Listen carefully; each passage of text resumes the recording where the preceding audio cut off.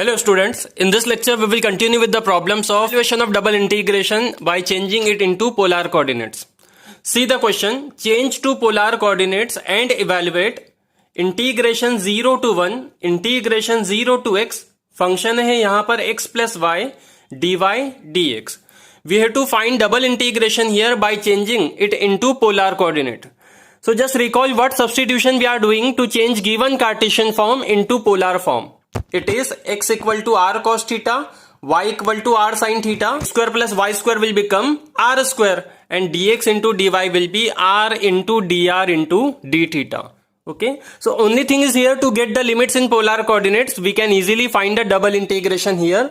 Order of integration will be fixed here. We have to always integrate with respect to r first because r is a function of theta and theta will be a constant. So we will try to get the limits in polar form. So firstly we need to trace the given curves. From there we will identify the region of integration and finally the limits.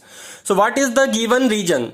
We are having here limits of y 0 to x and limit of x are 0 to 1. यहाँ पर limits में x है मतलब ये y के limits है. So all represent lines here. Y equal to 0, x equal to 0, x and y axis, x equal to 1 and y equal to x. All four are lines here. So tracing here x equal to 0 means y axis, y equal to 0 is x axis, x equal to 1 straight line parallel to y axis passing through this point 1 and this y equal to x straight line passing through origin dividing first quadrant in two equal parts. Now to identify the region of integration. So region of integration क्या है? Y के limits है आपके 0 to x. Y equal to 0 is the lower limit, y equal to x is the upper limit. मतलब x axis से आपका reason start हो रहा है, इस लाइन पर एंड हो रहा है y एक्सिस की डायरेक्शन में. सिमिलरली x के लिमिट्स क्या हैं? 0 to 1. तो x एक्सिस की डायरेक्शन में रीजन स्टार्ट हो रहा है y एक्सिस से और एंड हो रहा है इस लाइन पर. तो आप कॉमन रीजन आइडेंटिफाई कर सकते हो. Over the area of this region we have to integrate given function by changing it into polar coordinates. तो अब रीजन ऑफ इंटीग्रेशन डिसाइड हो गया. Now we will try to get the limits. तो हमने radial strip बना लिया जिसका एक एंड है ओरिजिन पर और दूसरा एंड है इस लाइन पर x equal to 1. So just to get the limits now, theta क्या है? एंगल. रीजन स्टार्ट हो रहा है एक्स एक्सिस से, एक्स एक्सिस पर होता है थीटा 0 और आपका स्ट्रिप ट्रैवल कर रहा है along the boundary of this line, तो वो जाएगा इस पॉइंट तक. तो theta is equal to π/4 is the upper limit क्योंकि y इक्वल टू x इस लाइन पर थीटा होता है π/4. Now to get the limits of r. तो lower end of the strip origin पर है, ओरिजिन पर r हो गया 0 because x equal to 0 and y equal to 0 there. Upper and है इस लाइन पर x इक्वल टू 1. तो इस लाइन से फाइंड करना है upper limit x equal to 1 और x क्या है? x is r cos theta. So we will get r cos theta is equal to 1 means r is equal to 1 upon cos theta, that is sec theta. So limits are 0 to π/4 for theta and 0 to sec theta for r. Given function is x plus y. तो x का value put किया r cos theta, y का value put किया r sin theta, dx into dy हो गया r into dr into d theta. Now we have to integrate this function with respective r first. तो cos theta plus sin theta हो गया constant, r के terms है यहां पर r into r square का इंटीग्रेशन हो गया r³/3. Limits are 0 to sec theta. So next step में बस लिमिट्स पुट करना है. This 1/3 as it is, r को रिप्लेस किया sec थीटा से तो यहां पर r³ है, will become sec³ theta and for lower limit obviously it is 0. Next step में sec³ थीटा से हम दोनों को मल्टीप्लाई कर देंगे. तो फर्स्ट हम हो गया cos theta into sec³ theta, that can be written as cos theta upon cos³ theta because sec is 1 upon cos and second is sin upon cos³ theta. Now we will try to find integration here one by one. For the first function it is cos theta upon cos³ theta means it is sec square theta. So sec square theta का integration है tan theta. If you substitute the limits, theta equal to π/4, tan π/4 is 1 and for lower limit theta is equal to 0, tan of 0 is 0. तो first part के लिए आपको answer मिल गया 1. Second part कैसे solve होगा? यहां पर है sin theta upon cos³ theta. So we need to go here for substitution क्योंकि यहां पर प्रोडक्ट है ऑफ टू ट्रिग्नोमेट्रिक फंक्शन. तो सब्सटीट्यूशन एप्लीकेबल है क्या? अगर फंक्शन है तो उसका डेरिवेटिव भी वहां पर होना चाहिए. So we will put cos theta is equal to t. सो cos थीटा का डेरिवेटिव है यहां पर. So substitution will be cos theta is equal to t. So if you differentiate on both sides with respect to theta, you will get dt by d theta is equal to minus sin theta. Now what about the limits? Lower limit for theta is 0, so t हो गया cos of 0 which is 1, and upper limit for theta is π/4, तो t हो गया cos of π/4 which is 1/√2. So after this substitution given will become limits हो गए 1 to 1/√2, sin theta d theta हो गया dt, और 1/t³ आ गया 1/cos³ थीटा की जगह, और ये वैल्यू माइनस है तो यहां पे आ गया माइनस साइन. अब 1/t³ can be written as t⁻³ उसका इंटीग्रेशन हो गया t⁻²/-2. तो ये माइनस माइनस प्लस हो गया. We will be having here 1/2t². Limits put करना है, हमको फाइनल आंसर मिल जाएगा. अपर लिमिट है t इज इक्वल टू 1/√2 और यहां पर t² है तो ये हो गया 1/2. So it is 1/1/2 means 2. Lower limit है t is equal to 1, so it will be 1/1 means 1. So final answer is 1/2. First के लिए हमको मिला था 1 और 1/3 मल्टीप्लीकेशन में था, सो you will get the final answer. Let us see the next question. Change to polar coordinates and evaluate double integration of this function y² with respect to x and y over the area outside this circle and inside this circle. Okay तो यहां पर Cartesian form के limits given नहीं है, तो हमको reason of integration तो trace करना ही है हर क्वेश्चन में, तो नया कुछ नहीं है यहाँ पे. Although limits are not given for the cartesian form, we can easily find the limits for polar form just from the given region of integration. तो रीजन ऑफ इंटीग्रेशन आइडेंटिफाई कर लेते हैं. दोनों यहां पर सर्कल है, x² y² ये term आ गया तो आपका वो हमेशा सर्कल होगा. So try to write it in the standard form x - h the whole square plus y - k the whole square equal to r². तो हम फर्स्ट को कैसे लिखेंगे? x - a/2 the whole square plus y². तो आप इसका expansion ले लीजिए, ये हो गया x² - ax प्लस a²/4. ये a²/4 एक्स्ट्रा हो गया तो हमने RHS पर भी ऐड कर दिया. सिमिलरली सेकेंड में आपको लिखना होगा x - a the whole square, तो इसका एक्सपांशन हो गया x² - 2ax plus a². Again this a² is extra, so we are adding it on RHS to balance the equation. तो आपको दोनों सर्कल का सेंटर और रेडियस पता चल गया है. You can easily trace both the circles. First is the circle with centre a/2, 0 and radius is a/2. Second is the circle with centre a, 0 and radius again a. So inside the bigger circle and outside the smaller circle है हमारा reason of integration. तो ये पूरा reason of integration हो गया in between this two circle.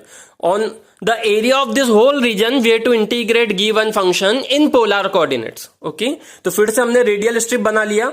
आप देख सकते हो कि ये रीजन है symmetric about x axis. X axis के ऊपर और नीचे एग्जैक्टली सेम एरिया कवर कर रहा है ये रीजन. सो हम क्या कर सकते हैं, सिर्फ हाफ रीजन के लिए सॉल्व करेंगे और आंसर मिलने के बाद मल्टीप्लाई कर देंगे 2 से. तो अब इस हाफ रीजन में लिमिट्स क्या होंगे? पहले थीटा के लिमिट्स आइडेंटिफाई कर लेते हैं. आपका ये रेडियल स्ट्रिप मूव हो रहा है along the boundary of this circle.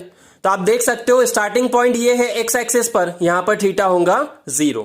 Ending point है इस सर्कल पर, यहां पर ये आ गया वाई एक्सिस पर पॉइंट, यहां पर थीटा है π/2. So limits for theta are 0 to π/2. What will be the limits of are?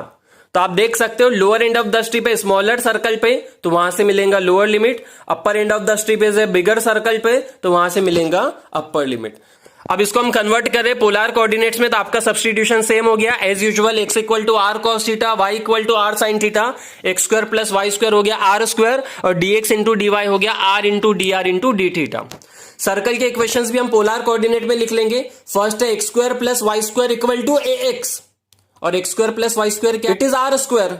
and a into x, x है r cos theta, so you will get r square is equal to a r cos theta, means r is equal to a cos theta.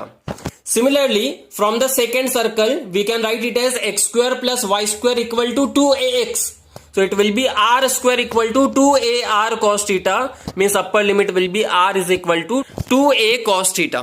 So we got the limits in polar coordinates. Now we can easily convert given Cartesian form into polar form. ये हो गया 0 to π/2 a cos theta to 2a cos theta. y square है given function, y का value होता है r sin theta, तो उसका square आ गया, और dx इंटू dy रिप्लेस हो गया r into dr into d theta से.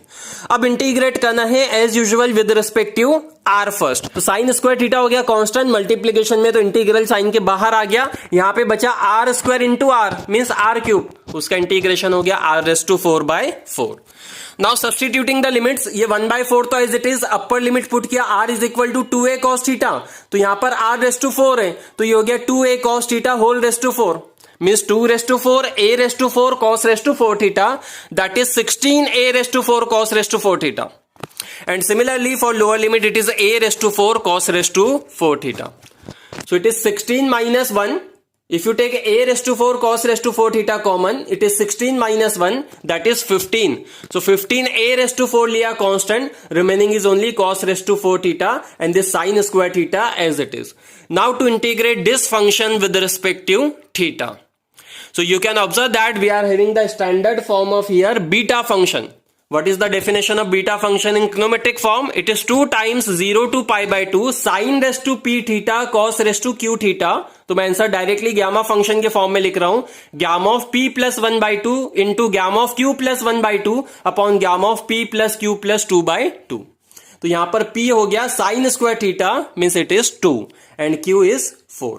हमको 2 चाहिए मल्टीप्लीकेशन में, तो यहां पर हम 2 से मल्टीप्लाई और डिवाइड कर सकते हैं. तो डिनोमिनेटर में आ गया 8 और ये 2 जो है फॉर्मूले के साथ हो गया. तो आंसर लिखा हमने gamma of p plus 1 by 2. So gamma of 2 plus 1 by 2. Then gamma of q plus 1 by 2. So 4 plus 1 by 2.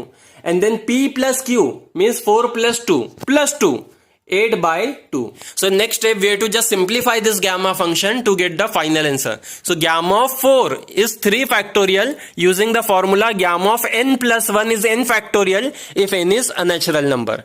And for numerator we will use the formula gamma of n plus 1 is n into gamma of n. तो gamma of 5 by 2 क्या हो जाएगा? 3 by 2 into 1 by 2 into gamma of 1 by 2. And similarly gamma of 3 by 2 will be 1 by 2 into gamma of 1 by 2. We discussed this point in beta and gamma function also. So I am writing the answer directly here. अब gamma of 1 by 2 क्या होता है? It is root of pi. So root pi into root pi हो गया pi. This on simplification will gives you the final answer. But आप recall कर सकते हो मैंने सिर्फ हाफ रीजन लिया था, तो टोटल रीजन के लिए हमको मल्टीप्लाई करना है 2 से. So this will be the final answer. So this is the way to solve problems if limits are not given in the Cartesian form. So you can observe that it doesn't make any difference. We will consider one more problem for the same. See the question. Change to polar coordinates and evaluate this function over one loop of Lemniscate. उसका equation दिया है square of x square plus y square equals x square minus y square. So see the solution. Again for polar coordinates we are having the same substitution. अब यहां पर reason of integration trace करना है, तो उसको भी हम पहले पोलर कोऑर्डिनेट्स में कन्वर्ट कर लेते हैं. X square plus y square the whole square है, और x square plus y square आपको पता है क्या हो जाएगा पोलर कोऑर्डिनेट्स में? R square. So it is r square the square means r raise to 4. R H is x square minus y square. X होता है r cos theta and y is r sine theta. So it is r square cos square theta minus r square sine square theta. R square को हमने लिया common. And what is cos square theta minus sine square theta? It is just cos of 2 theta. So you will get here r square is equal to cos 2 theta, your equation of Bernoulli's lemniscate in polar coordinates. R square equal to cos 2 theta. See here how this Bernoulli's lemniscate look like. We are having this loop here. This loop is called as Bernoulli's lemniscate. Okay, this is symmetric about both axes. Y axis के दोनों तरफ exactly same image है और x axis के भी दोनों तरफ exactly same image है. These dotted lines are not the part of this curve, लेकिन मैं उनको इसके लिए ट्रेस कर रहा हूं कि आपको एंगल समझ में आ जाए. अब उसने क्वेश्चन में दिया है सिर्फ एक लूप के लिए सॉल्व करने के लिए, तो सपोज मैंने ये वाला लूप ले लिया. आप कोई भी लूप लीजिए, फाइनल आंसर सेम होगा. और अगर टोटल भी दिया होता तो हम एक ही लूप के लिए सॉल्व करते और फिर फाइनल आंसर को मल्टीप्लाई कर सकते थे 2 से. या एक्चुअली यहां पर हम इतने पोर्शन से ही सॉल्व कर सकते हैं, इस लूप का भी हाफ ले सकते हैं और फिर टोटल पूछा है तो फाइनल आंसर के लिए मल्टीप्लाई करेंगे 4 से और इसके लिए फाइनल आंसर मल्टीप्लाई हो जाएगा 2 से. So I am taking only this part above x axis in the first quadrant. So what will be the limits for theta? Theta will be again 0 to pi by 2. आप देख लीजिए reason का starting point, strip यहां से travelling करना start करेगा x axis से. Theta यहां पर है 0 और ये along the boundary of this curve move हो रहा है, तो एंड कहां पे करेगा? इस पॉइंट पे. यहां पे है theta pi by 2 90 degree. What will be the limits for r? Lower end of the strip origin पर है तो r हो गया वहां पर 0. अपर एंड है लूप पर, तो लूप का इक्वेशन है r square equal to cos 2 theta. So r हो गया root of cos 2 theta. Function दिया है यहां पर 1 plus x square plus y square, तो x square plus y square हो गया आर स्क्वायर, तो ये हो गया square of 1 plus r square. और न्यूमरेटर में dx इंटू डी वाई हो गया r into d r into d theta. So you will be getting this value after converting it into polar coordinates. अब solve कैसे करना है, with respective are first. तो आप देख सकते हो आर के टर्म्स कोई स्टैंडर्ड फॉर्म में नहीं है, हम डायरेक्टली इसको सॉल्व नहीं कर पाएंगे। So we are carrying out the substitution 1 plus r square equal to t, so you will get 2r dr is equal to dt। What about limits, r का lower limit है 0, अगर आप r equal to 0 put करोगे यहां पे तो t हो गया 1। r का अपर लिमिट है root of cos 2 theta, r square हो गया cos 2 theta, so upper limit हो गया t is equal to 1 plus cos 2 theta. और यहां पे मैंने हाफ रीजन लिया है तो 2 से मल्टीप्लाई कर दिया। So see what we will be getting after this substitution, 0 to π/4 as it is, this d theta as it is, limits हो गए 1 टू 1 प्लस कॉस 2 थीटा,